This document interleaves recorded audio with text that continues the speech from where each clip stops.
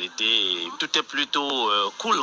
Et oui, cool, c'est le mot choisi par le père de famille pour décrire sa nouvelle vie. Lui et sa femme voulaient offrir un meilleur milieu de vie à leurs enfants. Vous savez, quand nous sommes en Afrique, la majorité a envie de réaliser ce qu'on appelle rêve américain, rêve canadien. Puis nous avons mis tout en œuvre pour réaliser ce projet d'immigration.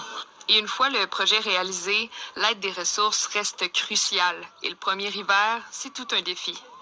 L'effroi puis l'isolement social. Par exemple, en Afrique, ils sont habitués à sortir puis parler aux voisins et tout ça. Et l'hiver ici, on est tout enfermés dans notre monde. Mais il y a aussi des fêtes hivernales. Et au-delà de devoir s'adapter à la saison et à la culture, c'est toute une vie qui doit être reconstruite. En Afrique, la mère de famille était infirmière, le père était journaliste. Voir de l'équipement de tournage lui a rappelé de bons et de moins bons souvenirs. La liberté de presse est avancée chez vous. Nombreux sont ces chroniqueurs au Cameroun qui ont été arrêtés, qui ont été emprisonnés pour ce qu'ils ont dit. Malgré sa passion pour l'information, M. Abdou est à la recherche d'une nouvelle profession et il se console. Et dites-vous bien que, au-delà du fait que je ne travaille pas, mais je ne souffre pas.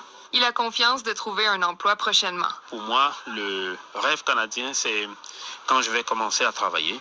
De son côté, Mme Lydie est préposée aux bénéficiaires et étudie pour redevenir infirmière. Et dans mon pays, je ne dirais pas qu'on traite des infirmières comme ici au Québec. Parce que vraiment, ici, l'infirmière est valorisée.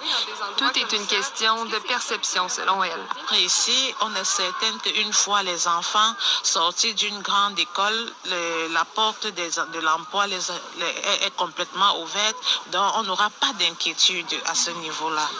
Parce qu'au-delà de la carrière des deux parents, c'est l'avenir des enfants qui prime.